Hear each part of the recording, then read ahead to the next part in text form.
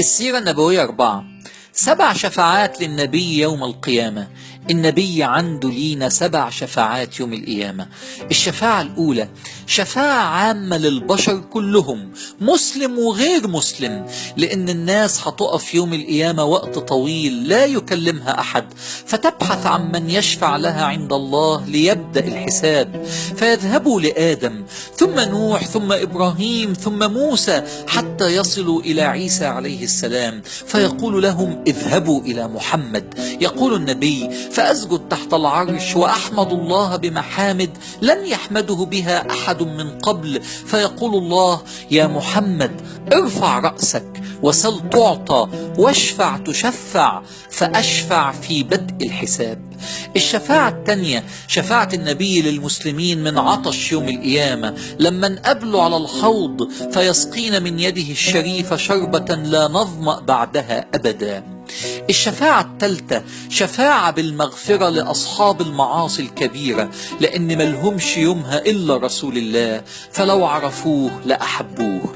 الشفاعة الرابعة شفاعة بدخول الجنة بلا حساب ولا عذاب، لأن ربنا هيقول يوم القيامة يا محمد هذه أمتك ومعهم 70,000 يدخلون الجنة بلا حساب ولا عذاب، فيقول النبي فاستزدت ربي فزادني مع كل 1000 70,000، يعني 4,900,000.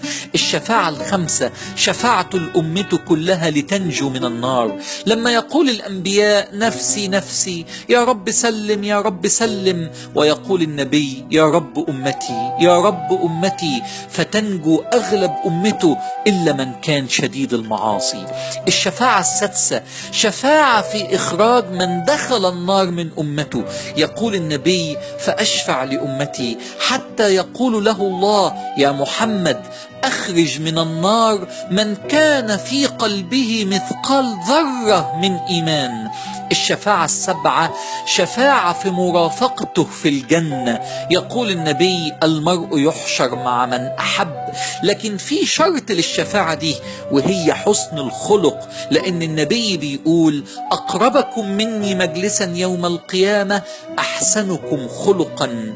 اللهم اكتبنا رفقاء النبي في الجنة بحبنا له.